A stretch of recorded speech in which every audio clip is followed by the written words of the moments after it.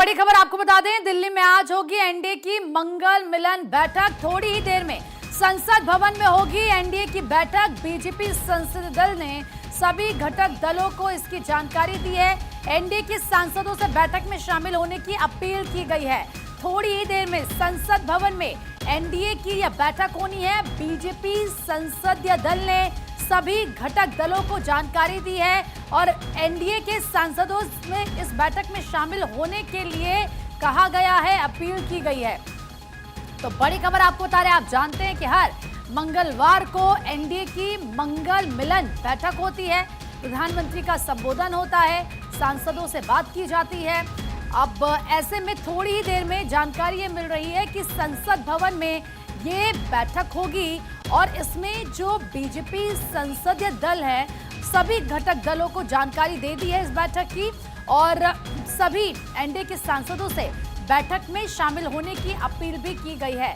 तो आप ट्यूसडे को यानी कि मंगलवार को मंगल मिलन बैठक की तस्वीरें देखते हैं, सांसद शामिल होते हैं, अपने काम को लेकर जानकारी देते हैं। इससे पहले आपको याद होगा किस तरीके से प्रेजेंटेशन भी बाकायदा दी गई थी। प्रधानमंत्री सांसदों से बात करते हैं, अपना संबोधन देते हैं और इस वक्त हमारी असिस्टेंट एडिटर पूजा यादव हमारे साथ जुड़ चुकी हैं। पूजा, क्योंकि हर मंगलवार को हम देखते हैं कि मंगल मिलन बैठक होती है, आज भी बैठक होनी है। थोड़ी देर में क्या कुछ जानकारी मिल रही है और कितनी इंपॉर्टेंट है ये बैठक? देखिए, बहुत ही इंपॉर्टेंट बैठक है। 21 जुलाई को आपको याद होगा इससे पहले बैठक हुआ करती थी, लेकिन उसको नाम दिया गया मंगल मिलन। इसी मंगल मिलन के दौर में पिछली बार चर्चा ज़्यादा इसलिए होती क्योंकि एनसीपीआई के जो सांसद थे वो भी पहुंचे थे। आज फिर से बैठक होने जा रही है। स्पष्ट तौर पर जो कार्रवाई आज होने जानी है, कौन कौन से विधेयक पेश किए जाने हैं, क्या देश का एजेंडा है, क्या सरकार की सोच है, इन तमाम पहलुओं पर इस दौरान में चर्चा होगी। 9:30 बजे का क्योंकि समय है बैठक का, तो यानी अब से कुछ ही देर बाकी है और हम लगातार देख रहे हैं जो सांसदों के पहुंचने का सिलसिला है वो शुरू हो चुका है। प्रधानमंत्री मोदी का संबोधन होने वाला है, तो आगे की कार्रवाई में कौन कौन से विधेयक रहेंगे इस पर चर्चा होने वाली है।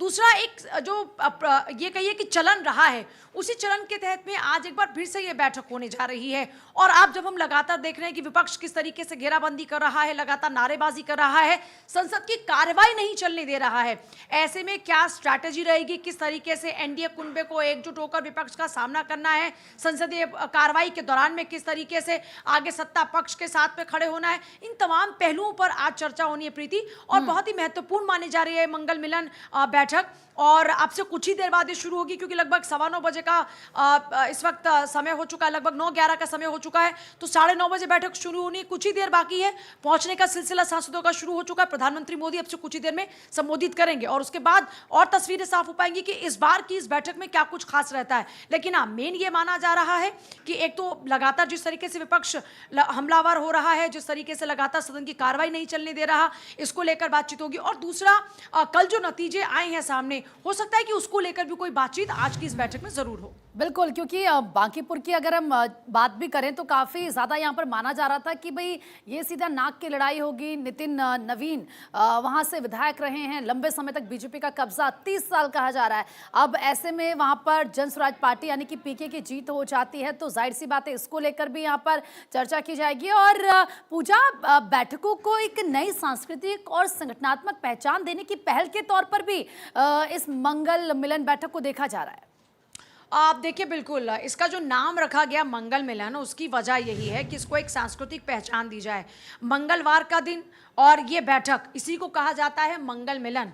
आप देखिए, वैसे भी मंगलवार का दिन बहुत ही शुभ माना जाता है और मंगल कामनाएं की जाती हैं ताकि सब कुछ मंगल हो। और जब हम सदन की बात करते हैं तो देश के लोकतंत्र के लिए बेहद महत्वपूर्ण होती है संसद। इसको मंदिर कहा जाता है लोकतंत्र का, लेकिन लोकतंत्र के इसी मंदिर में हम लगातार देख रहे हैं कि विपक्ष ये कहता है कि हम क्योंकि जनता की आवाज़ उठा रहे हैं इसलिए उस मंदिर में ये हमारी पूजा है। लेकिन सरकार का कहना यह है कि आलोचना की जानी चाहिए, लेकिन कम से कम सदन की कार्रवाई चलने दी जाए। और क्योंकि कई महत्वपूर्ण विधेयक, जैसे देखिए विदेशी फंड को लेकर बात थी कि जो भी चंदा ले रही हैं एनजीओज हो या फिर जहां से भी कोई भी इस तरह की फंडिंग होती है, एफसीआरए को लेकर बात होनी थी, लेकिन अब वो नहीं हुआ। पर लेकिन हाँ, एक बात है कि कल और जो विधेयक पेश होने, तो चाहे वो न्यायालय में जस्टिस जो हैं उनकी संख्या को बढ़ाने को लेकर हो या फिर इसके अलावा आप देखिए क्योंकि डिजिटल दौर है और ऐसे में अभी तक ये हुआ करता था कि कोई भी अगर सबूत कोर्ट में पेश करने हैं बैंकिंग सेक्टर के, तो ये हुआ करता था कि आपको पूरे दस्तावेज देने होंगे।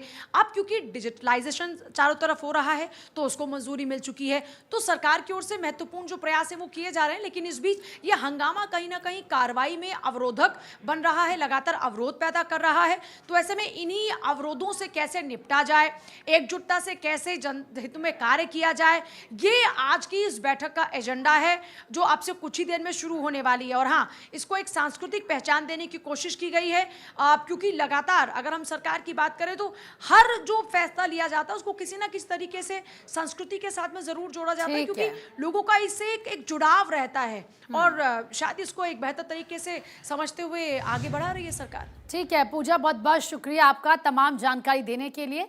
और इसी के साथ थोड़ी देर में बैठक